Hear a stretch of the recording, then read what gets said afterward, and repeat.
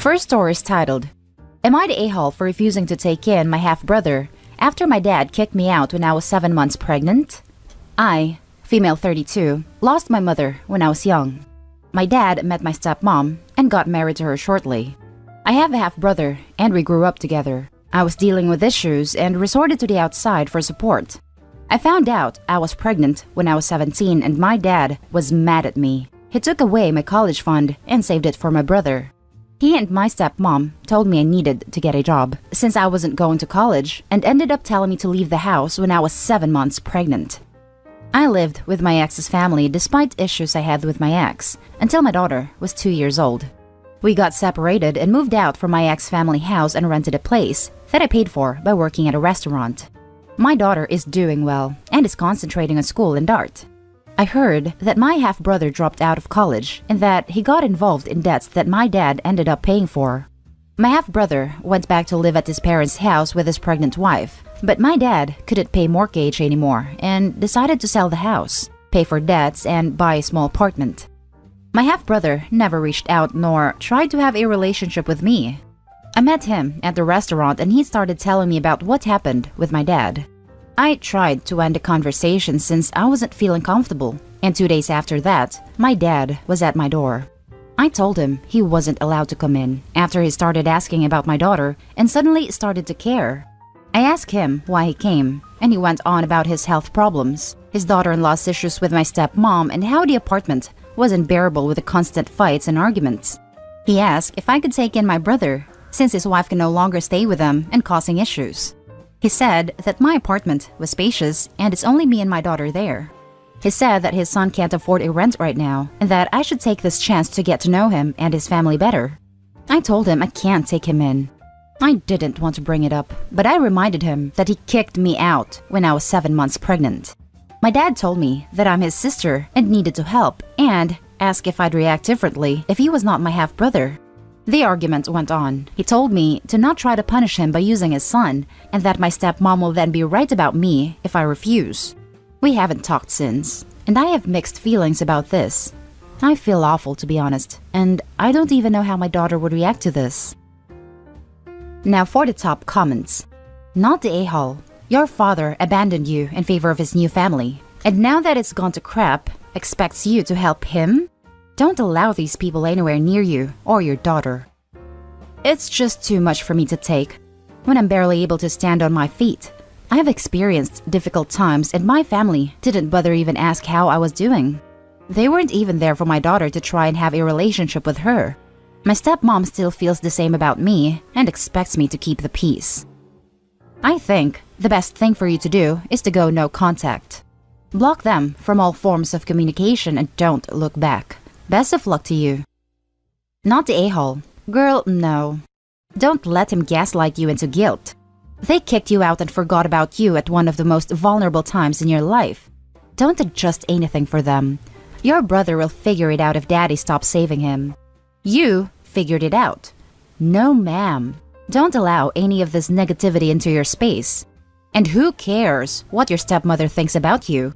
She doesn't sign your checks. She doesn't pay your bills. And she doesn't help you with your child. Nope. Yeah, brother can go to a homeless shelter or something. Not the a-hole. He doesn't get to take away your college fund, give it to his son, then come back and ask for your help when his son squanders his opportunities.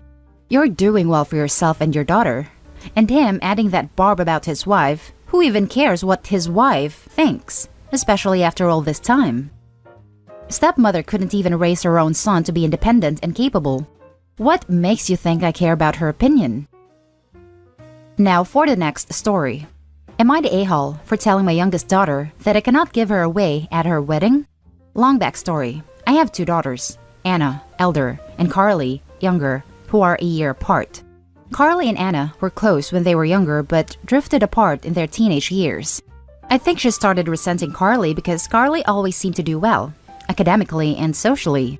Anna decided to take loans and go to a college she wasn't really a fan of. Carly got a full ride to Anna's dream college. Anna became very resentful after that. She was sure that Carly chose that college to rub it in Anna's face. I tried my best to accommodate them both. Anna refused to talk to Carly and didn't consent to any form of therapy. Carly refused to compromise as Anna kept being unreasonable. In the end, they both stopped talking to each other. Neither of them has ever asked me to choose between them. As long as I don't bring up the other or try to get them to reconcile, I have a good relationship with both of them. Now, Anna is a single mom with a 3-year-old kid, Alex, who is always in between jobs and in debt.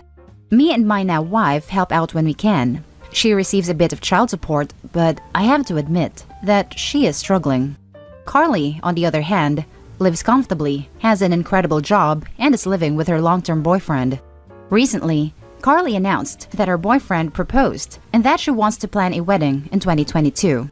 She asked me to walk her down the aisle, and I may have cried a bit. However, Anna found out, and then she came over to my house and had a breakdown about how she always thought she would be the first to get married in the family, and she has always wanted me to give her away first.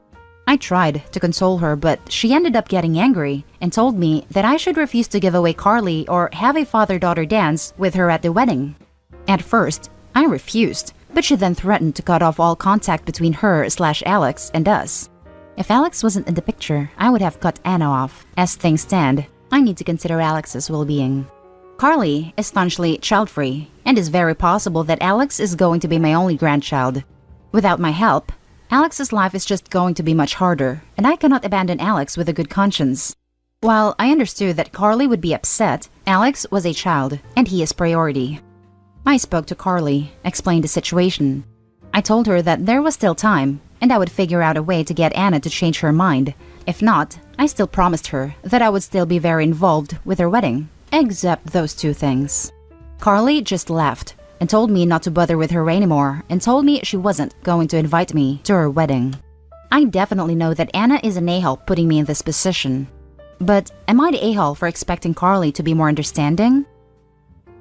Now for the top comments. You're the a-hole. You're letting your daughter and her selfish wants win. You're not choosing Alex. You're choosing Anna over Carly. Shame on you. If I were you, I'd call Anna's bluff. She sounds like she's not doing too hot in life. My guess is she'd go no contact for a week before realizing she needs all the support she can get. I agree with this assertion. You would not be abandoning your grandchild. Anna would be purposefully taking him away from you. Sounds a bit like you were just giving in to the daughter who throws the biggest tantrum.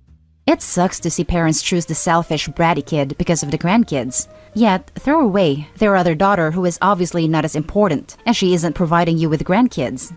You're the a-hole. Stop rewarding bad behavior. Carly deserves to be walked down the aisle by her dad. I would also be prepared to bet that if Anna ever gets married, she will still expect you to walk her down the aisle and throw a tantrum to make it happen. You're the a-hole. Holy crap, are you the a-hole? Your oldest child has been an abusive monster to your younger daughter for the better part of her life, and as you've described it here, you've been complicit in it. The fact that you would even remotely entertain Anna's insane demand, grandchild or no, shows how unsupportive you've been.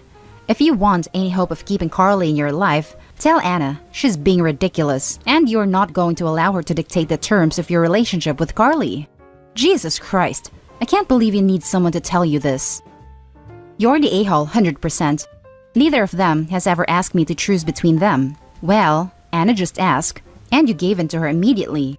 You just chose your overly jealous daughter over what? The one that was more successful?